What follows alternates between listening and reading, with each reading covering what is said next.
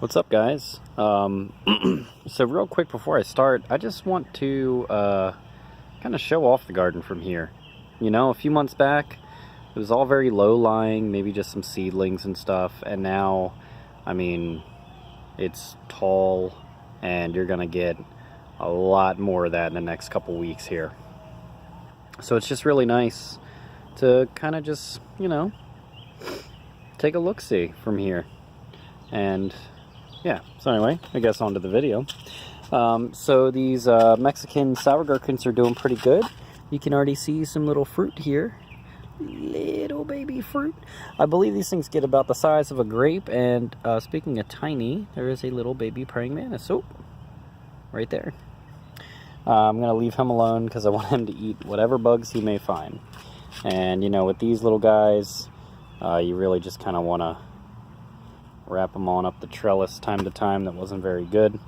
So one issue I'm having now is the Bermuda grass is almost kind of being trellised, or you know, tied up the trellis by the vines themselves, almost kind of making it more prolific. So anyway, not much going on here. I got some onions that I had planted a couple years ago, and they haven't really bulbed up very well, but they make really cool flowers. A lot of white flowers for spring right now going on in the garden.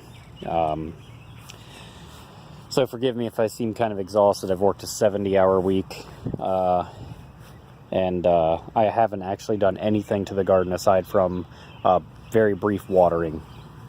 I tried to, I popped some tomatoes in here. These will root.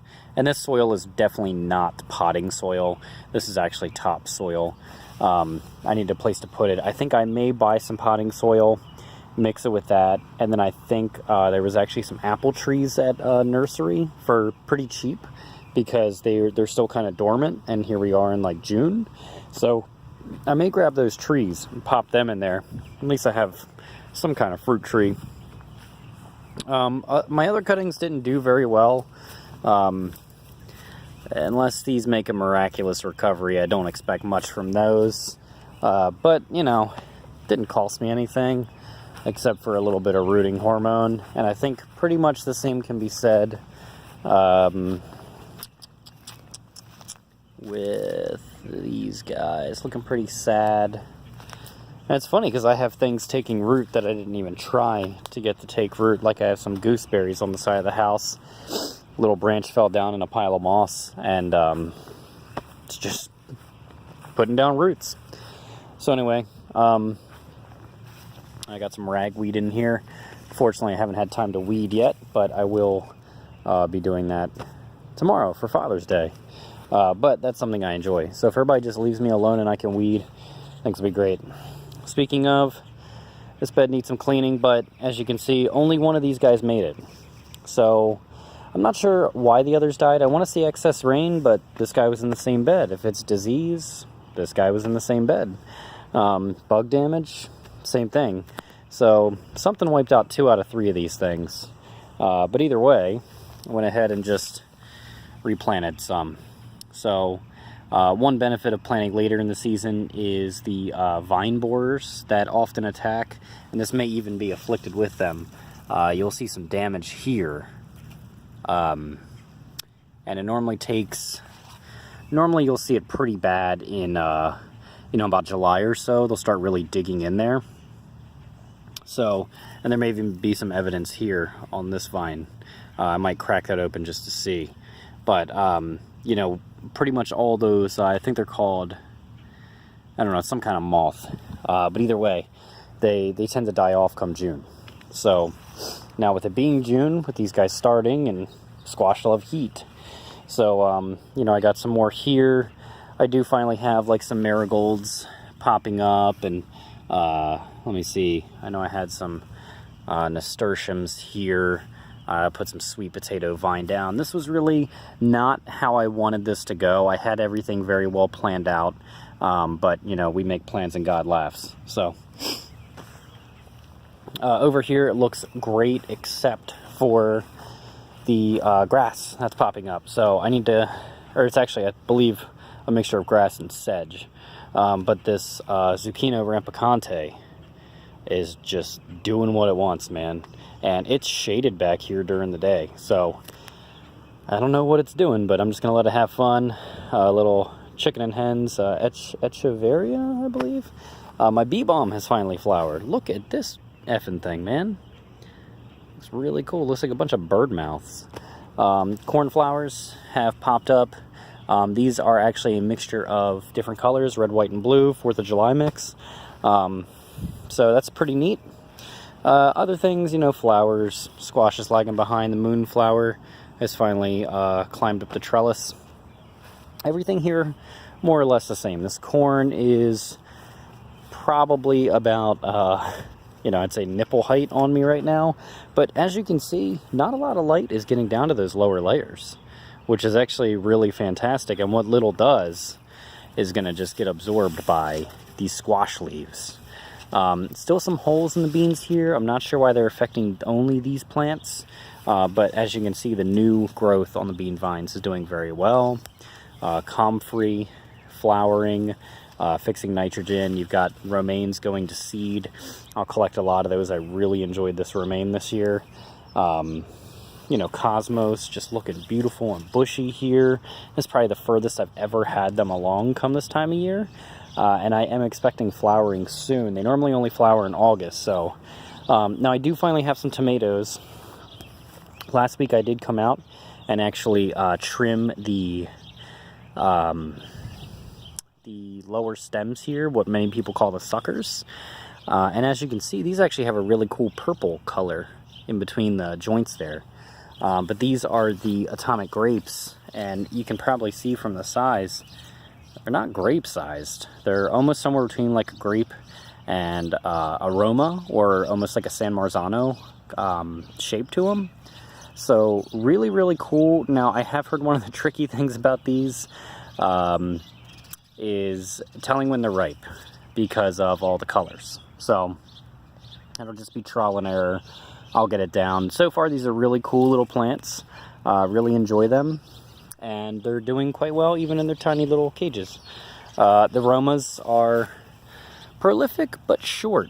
So anyway, I had actually come up here last week, I think this time last week, and I started trimming off suckers. And then we had a really hard cold winds and rain come through. So some of these are thinner. Like these guys are thinner. These are the black tomatoes, so they'll be black when they ripen. And they're a decent size. And everything has been, you know, knock on wood, everything has looked very healthy so far. I think it's a consistent rain. A lot of the times with the splitting, it's either overwatering, infrequent watering, or inconsistent watering. And the ground's pretty much been wet all month. So doing really awesome. Marigold's doing well. You know, my basil's still doing great. Now, this is all still kind of a mess, but some of this kale is kind of making a miraculous recovery. I think a lot of these harlequin bugs are starting to die off. Some of these leaves are a lot healthier now. So, and then the artichokes, which are soon just going to completely bowl over everything. I will say now, these carrot flowers, I really enjoy. If you ever just have a couple carrot plants in the ground during the fall, don't pull them out. Even if you don't want the seeds, these are nice flowers. And if they're anything like Queen Anne's lace, they're going to attract a lot of, you know, really cool beneficial insects. I've already got lightning bugs going to town on these, but, you know, apparently predatory wasps are very popular. Zucchino rampicante again over here. I'm kind of, now because this trellis was sort of a failure with the peas, I'm trying to maybe train the zucchino up the trellis and maybe have the fruits hang down. I think that'd be pretty cool. And we're coming back through. Now, asparagus is kind of gross looking. There's actually some sort of little caterpillar on here. So I'm just going to let that do its thing. I got my amaranth coming through. Got my nasturtiums down there. A couple other amaranth plants. Let's just see what happens. Oh, borage. And you can actually see the flower cluster coming up on the borage here. So, man, talk about a tasty, interesting, beautiful plant. And I'm not going to hit the back. The back doesn't really look different. There's kind of some squash that have finally grown out, but you know, things are getting a little bit bigger, kind of the theme here. Now, one thing that was pretty interesting was my carrots. These are the Red Samurais. Now, this is weird. The Cosmic Purples that I planted on the left of these scallions here didn't flower. Planted on the exact same day. But some of these Red Samurai did. So it's either a gene in these, or they're coming to flower. And with carrots being a biennial, this is bizarre. The only thing I can think of after reading online is, you know, early warm weather followed by more cold might trigger them into dormancy. So when the warm weather comes back, like it is now, it's kind of tricking them into thinking it's the second year. Now, not all of them are like this. They're all still very small, but only about 6 or 7 of those individual plants have flowered. Really bizarre. Now, flower bed over here really needs some cleaning. I'm going to tackle that tomorrow. And one really cool thing, snapdragons. Finally. These are cool little flowers. I can't wait to see them. I've never grown them before, so this is brand new for me. And then I just want to take a peek in the shed here. And if I can keep the door propped open, you can tell I'm a gardener, right? These are the Galilee spinach with the little caltrops, death spikes of seeds. These are more of my traditional spinach, and what I've done here is actually just poked a hole through and I strung them up. Root on, everything on. I wanted them to still have enough energy to finish seeding, because a lot of these seeds were still pretty green. And now they're not quite dry enough to break off, but they're getting there. And then one of my, you know, staples is my red Russian kale, and pulled this off because it just kept kind of falling over into the grass. So, you know, that will produce enough seed to fill this entire yard with kale. I don't need much for that. I mean, I'm still working off like 2-year-old seed, which is why I grew some new. And then these are just the peas that overwintered on the side of the house. Nothing special. I think these are just like burpee seeds. Nothing special at all. And I think they're an early variety, but the fact that these survived the winter just means that I want to save these seeds.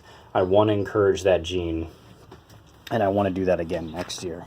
And man, let me tell you, when they were just about at full ripeness, they were the sweetest peas I've ever had in my life. I mean, truly amazing. As good as any other pea I've grown, but pretty special in their own right. And then I'm just letting a lot of these kind of, I believe these are the Wandos, just kind of go into seed. I believe from now on, especially with the mostly mild winters we have here, I wanna overwinter these. So yeah, that's the garden. You know, you can get a little shot of it from here. It's barely a path, kind of infested with sunflowers and rando weeds, but it's doing a lot better than the year before. Every year I just get a little bit better. So anyway, that's it, guys.